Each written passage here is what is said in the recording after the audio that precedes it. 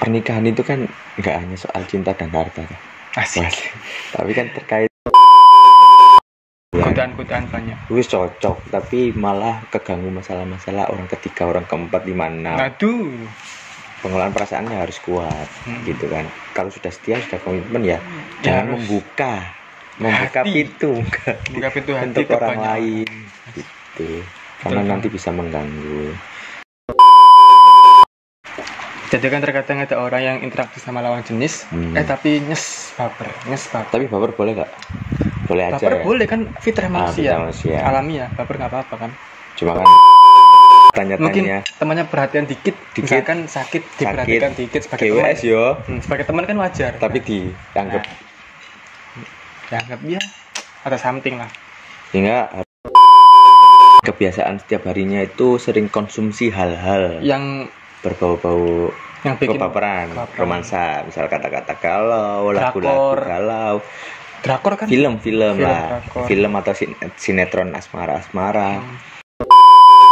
Sekali 2 kali nggak sering. Ada yang sampai demam drakor tuh sehari full dia drakor. Drakor 20 episode sehari, bayangin habis sehari. Iku nontonnya Mas Aki ini kan sering banget Buat di konten. sosial media buat konten sama ciwi-ciwi katanya. Nah, teman ada yang tanya kira-kira apa nggak baper itu cewek-ceweknya itu gimana? Ya karena Ini sambil makan ya, udah toh biar santai makan rawon. itadakimasu. Sambil menjawab beberapa pertanyaan dari teman-teman di Instagram. Tadi ada yang tanya, pertama sing disi, terserah ya. Pertama ada yang nanya soal Mas Zaki. Mas Zaki ini kan sering banget Buat di konten. sosial media buat konten sama ciwi-ciwi katanya. Nah, teman ada yang tanya kira-kira apa nggak baper itu cewek-ceweknya itu gimana? Ya karena kita sama-sama tahu itu niatnya buat konten, terus sudah akrab satu kelas, sering ngobrol juga, sehingga ya kalau orang yang nggak kenal atau di sosmed itu kan apa-apa kan kelihatan nyatok loh. Maksudnya adalah iya kelihatannya aja kayak gitu, padahal kan nggak seharusnya, nggak padahal kan bisa jadi nggak seperti itu, ngono kan. Contoh misal aku buat konten sama teman-teman perempuan, toh itu kan bukan berarti misal kayak guyonan baperan itu bener-bener baper. Ya karena sama-sama tahu aja. Jadi teman ya kayak gitu, harus ada, sama-sama tahu lah. Jadi ya nggak ada lah baper-baperan. Berarti nggak sampai baper gitu, nggak pernah? Dari ya, alamiah ya pasti ada lah ya, namanya juga manusia. Cuma kan ya tadi seperti tema kali ini kan bisa mengelola. Asik ya kan, bisa mengelola, tahu kalau nantinya baper, kalau serius ya harus berani gitu tetap ya. Tapi kalau enggak ya udah ya temen gitu. Berarti selama ini nggak ada yang baper ya? Mesti ya apa? Yo pasti ada. Pasti ada yang baper. Mengalami aja. Tinggal bagaimana kita menyikapinya. Intinya juga terkait sosmed juga ya, jangan percaya langsung menilai lah. Belum tentu seperti itu gitu. Contoh misal ada anak yang sering upload kata-kata galau, itu bukan berarti kan dia galau, bener nggak? Betul. Misal ada misal saya yang sering buat konten sama perempuan, ya bukan berarti saya genit ke banyak perempuan gitu. Tapi nggak takut dipersepsi orang begitu kan? Kadang-kadang orang itu persepsinya apa yang nampak dipersepsi gitu. Terkait persepsi ya, ini saya punya prinsip adalah aku adalah bagaimana caramu menilaiku. Aku adalah bagaimana caramu menilaiku, maksudnya? Ya setiap orang kan punya pandangan, pikiran, pengalaman masing-masing kan. Sehingga ya nilai terkait aku ya bagaimana cara mereka menilai. Kan punya sudut pandang masing-masing kan. Misal aku ngepost foto satu cewek. Ya kan pasti beda-beda. Ada yang bilang itu pacar, ada yang nilai itu teman, ada yang nilai selingkuhannya, saudaranya, atau cuma ngepost foto aja karena dia ngefans atau apa, kan beda-beda. Misal contoh lagi buat story galau, pasti kan beda-beda. Ada yang nilai langsung menilai saya galau, ada yang sudah kenal sehingga paling saat ini setiap harinya memang buat kata-kata gitu. Ada juga yang menilai bisa jadi kata-kata itu untuk temannya atau orang lain gitu. Karena sosmed itu bagi saya adalah dunia yang kompleks gitu loh, yang nggak bisa pakai satu mata untuk menilai. Bener sosmed banget ya kan. Apalagi sekarang itu netizen Indonesia itu gampang banget nyinyir. Ada orang buat konten apa dinyinyirin. Terus ada lagi pertanyaan kedua dari Instagram, ada yang nanya gimana caranya biar nggak mudah baperan. Gimana tuh? Jadi kan terkadang ada orang yang interaksi sama lawan jenis, tapi nyes baper. Tapi baper boleh nggak? Boleh aja. Baper ya? boleh kan, fitrah manusia. Alami ya, baper nggak apa-apa kan? Cuma kan nggak berlebihan aja. Masa ya? Ada yang deket A baper, B dibaperi, C baperi, D baperi. Kan itu bagaimana ya? Nggak berlebihan kan ya? Tapi mungkin kadar bapernya seberapa? Misalkan baper, misalkan ada orang nih diskusi, orangnya pinter, kita kagum lah. Wajar, pinter orang ini, orang ini tegas, mungkin orang ini ganteng. Tapi kalau kagumnya malah dilebihkan, sampai perasaan yang lebih. Padahal kan niatnya cuma ngobrol diskusi, tapi malah ditangkepe pakai perasaan, ya bahaya. Nah, bagaimana carane ben gak mudah baperan? Itu menurut saya sih lebih ke ini sih, kebiasaannya mungkin ya, kebiasaan psikologisnya mungkin. Kebiasaan setiap harinya itu sering konsumsi hal-hal yang berbau-bau yang bikin baperan, romansa, misal kata-kata galau, lagu-lagu galau, drakor kan, film lah, film atau sinetron asmara yang SMP sudah cinta-cinta sama sudah cinta-cinta, terus sedikit-sedikit apapun dikaitkan dengan asmara, sehingga ya mungkin itu tertanam kebiasaannya, jiwae, persepsine, sehingga ya apapun langsung ditangkap sebagai kebaperan. Ada teman yang itu cuma niatnya mau tanya-tanya dibaperin, ada yang temannya tanya-tanya, mungkin temannya perhatian dikit, misalkan sakit diperhatikan dikit sebagai GWS teman. Sebagai teman kan wajar, tapi dianggap ya ada something lah. Sehingga harus ini meminimalisir kebiasaan-kebiasaan untuk konsumsi terlalu banyak hal itu. Betul. Ditakutkan kan apapun ditangkap sebagai perasaan, padahal kan dimensinya manusia kan banyak tuh. Ada yang motifnya ekonomi kan, ada yang politik, ada motifnya ya sosial. Jadi kan nggak semuanya ditangkap sebagai asmara. Karena kita adalah, ada yang motivator itu bilang, kita adalah apa yang kita tonton, apa yang kita baca, itu membentuk kepribadian kita.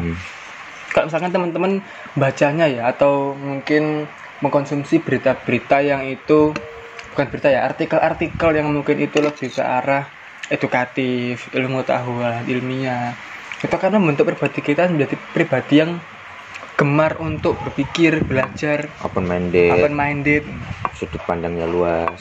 Tapi kalau ya mungkin kebanyakan remaja-remaja SMA sekarang karena kebanyakan nonton sinetron atau nonton film drama Korea, terutama demam K-pop lah, itu adalah awal kali munculnya benih-benih gampang baper. Itu tadi cuma contoh ya, bukan berarti K-pop sama dengan, bukan berarti atau drakor sama dengan. Tapi tergantung kadar juga sih. Kalau misalkan terlalu sering nonton itu loh. Betul. Tapi kalau saya kan juga pernah lihat drakor dan cukup tertarik dengan drakor karena aspek plot dan juga kamera movementnya, pengambilan gambarnya itu keren, plotnya juga keren. Tapi ya cuman sekali 2 kali, nggak sering. Ada yang sampai demam drakor tuh sehari full dia drakor 20 episode sehari, bayangin, habis sehari. Aku nontonnya ditakutkan gitu, tertanam nilai keromansaan. Tapi ada juga sih menurutku yang meskipun lihatnya kayak gitu enggak, ya mungkin itu sudah bisa mengelola, makanya kan sesuai tema ya, bisa mengelola perasaannya, sehingga ketika melihat itu ya ditangkapnya hanya sebuah hiburan seni, kreativitas film. Jadi nilainya itu lebih ke yang lain, bukan ditangkap sebagai konsumsi asmara. Ada yang gitu menurut saya sih. Jadi pengelolaan perasaan ini sudah matang. Betul. Terus tadi tanya juga terkait dengan tema. Nah, kan kemarin podcast pertama, Andi pertama kan mengenai tips karir, jodoh. Nah, ini kok mengenai tips supaya kita itu enggak suka terhadap lawan jenis. Bukan suka, tapi tips mengelola perasaan suka terhadap lawan jenis. Nah, kok temanya tentang hal-hal berbau cinta mulu. Nah, ini justru inilah yang perlu ditekankan lagi, bahwa kebanyakan masalah-masalah sekarang, terutama remaja, itu masalah terkait asmara, percintaan. Mungkin hal tabu ya. Hal tabu, makanya begitu. Tapi bukan berarti hal tabu itu buruk. Benar. Mungkin hal tabu itu malah kalau dibahas lebih penting kan. Benar nggak? Benar. Makanya mungkin lebih inginnya seperti itu. Mungkin hal-hal yang tabu yang dianggap kebanyakan orang itu makanya diangkat, sehingga orang itu kalau nyari solusi terkait masalah-masalah percintaan itu enggak lagi bingung gitu loh. Siapa tahu kan penting gitu loh. Dan insya Allah bermanfaat kok, karena banyak sekali masalah-masalah seperti ini. Misalkan masalah kayak tadi loh, orang lagi studi karena ada masalah-masalah percintaan, akhirnya nggak fokus, terganggu, malah fokusnya ke hal seperti itu, betul belum waktunya. Dan masih banyak lagi kasus-kasus yang terkait dengan itu ya. Karena tabu makanya nggak dibahas, makanya lebih pengen bahas hal itu.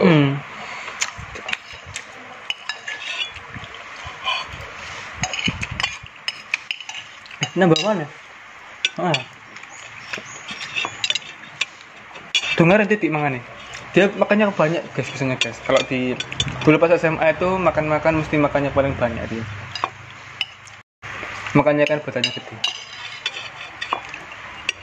Nah, ini mungkin yang terakhir loh terkait tema pengelola perasaan. Kalau misal nih sudah cocok sama orang, gitu kan, bagaimana cara mengelolanya? Ya enggak? Oh iya. Jadi bukan kok terkait orang yang belum siap atau orang yang sudah punya, tapi ini udah komitmen nih, udah cocok. Nah, kita komitmen apa belum? Udah ketemu kalau mau komitmen. Pertama kalau misal belum komitmen, misal masih sekolah, sama-sama suka, sudah tahu sama-sama suka, tapi fokus studi, berarti kan otomatis harus ada keberanian untuk sama-sama menjaga hati. I see. Dan fokus studinya masing-masing, sehingga kalau nanti sudah siap, perkenalannya bisa dilanjutkan lebih dekat lagi, lebih jauh lagi, terus merencanakan yang kedepannya. Atau semisal sudah menjadi pasangan, sudah jadi calon, misal pas sudah di kuliah, sudah sama-sama cocok, sehingga ya otomatis kesepakatan hubungannya harus diatur waktunya, intens ketemunya, intens komunikasinya, karena kan harus dibagi tuh antara studinya dan hubungannya. Ya kan, sehingga jangan sampai hubungan ini mengganggu studinya gitu kan. Nah, otomatis juga harus merencanakan kesiapan setelah lulus kuliah, benar nggak? Kan sudah cocok, masa ya nggak direncanakan? Berarti kan ada pengelolaan itu yang perlu juga.